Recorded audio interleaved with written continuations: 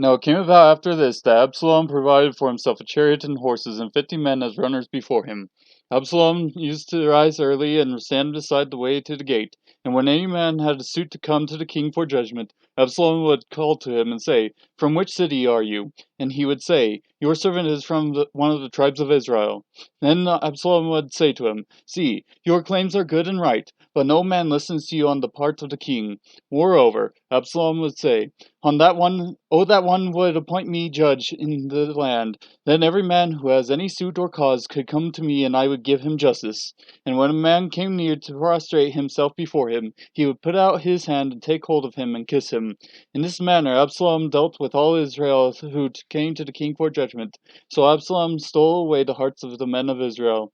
Now it came about at the end of 40 years that Absalom said to the king, "Please let me go and pay my vow which I have vowed to the Lord in Hebron. For your servant vowed a vow while I was living in Geshur in Aram, saying, If the Lord shall indeed bring me back to Jerusalem, then I will serve the Lord." The king said to him, "Go in peace." So he arose and went to Hebron. But Absalom sent spies throughout all the tribes of Israel, saying, "As soon as you hear the sound of the trumpet, then you shall say, Absalom is king in Hebron." Then 200 men went with Absalom from Jerusalem, who were invited and went innocently, and they did not know anything. And Absalom sent for Ahithophel the Gilonite, David's counselor, from his city Gilo, while he was offering the sacrifices. And the conspiracy was strong, for the people increased continually with Absalom. Then a messenger came to David, saying, "The hearts of the men of Israel are with Absalom."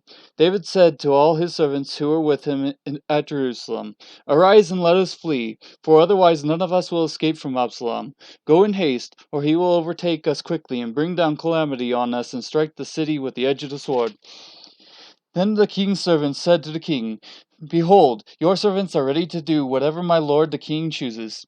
So the king went out and all his household with him, but the king left 10 concubines to keep the house. The king went out and all the people with him, and they stopped at the last house. Now all his servants passed on beside him, all the Cherethites, all the Pelethites, and all the Gittites. 600 men who had come with him from Gath passed on before the king. Then the king said to Ittai the Gittite, "Why will you also go with us? Return and remain with the king, for you are a foreigner and also an exile. Return to your own place.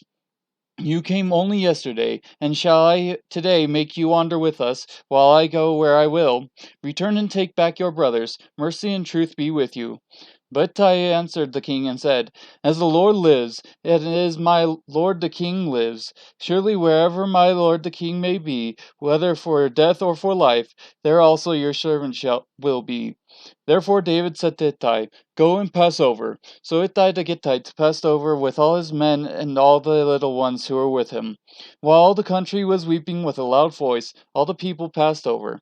The king also passed over the brook Kidron, and all the people passed over toward the way of the wilderness. Now behold, Zadok also came, and all the Levites with him, carrying the ark of the covenant of God. And they set down the ark of God, and Abiathar came up until all the people had finished passing from the city. The king said to Zadok, "Return the ark of God to the city. If I find favor in the sight of the Lord, then he will bring me back again and show me both it and his habitation. But if he should say thus, I have no delight in you, behold, here I am. Let him do to me as seems good to him." The king said also to Zadok the priest, "Are you not a seer? Return to the city in peace, and your 2 sons with you, your son Ahimaaz and Jonathan, the son of Abiathar. See, I am going to wait at the fords of the wilderness until word comes from you to inform me." Therefore Zadok and Abiathar returned the ark of God to Jerusalem and remained there. And David went up the ascent of the Mount of Olives, and wept as he went, and his head was covered, and he walked barefoot. Then all the people who were with him each covered his head, and went up weeping as they went. Now someone told David, saying, "Ahithophel is among the conspirators with Absalom." And David said, "O Lord, I pray, make the counsel of Ahithophel foolishness." It happened as David was coming to the summit, where God was worshipped, that, behold, Hushai the Archite met him with his coat torn and dust on his head. David said to him, If you pass over with me, then you will be a burden to me. But if you return to the city, and say to Absalom, I will be your servant, O king, as I have been your father's servant in times past, so I will now be your servant. Then you can thwart the counsel of Ahithophel for me. Are not Zadok and Abiathar the priests with you there? So it shall be that whatever you hear from the king's house, you shall report to Zadok and Abiathar the priests. Behold, their 2 sons are with them there, Ahimaaz, Zadok's son, and Jonathan, Abiathar's son. And by them you shall send me everything that you hear. So Hushai, David's friend, came into the city, and Absalom came into Jerusalem.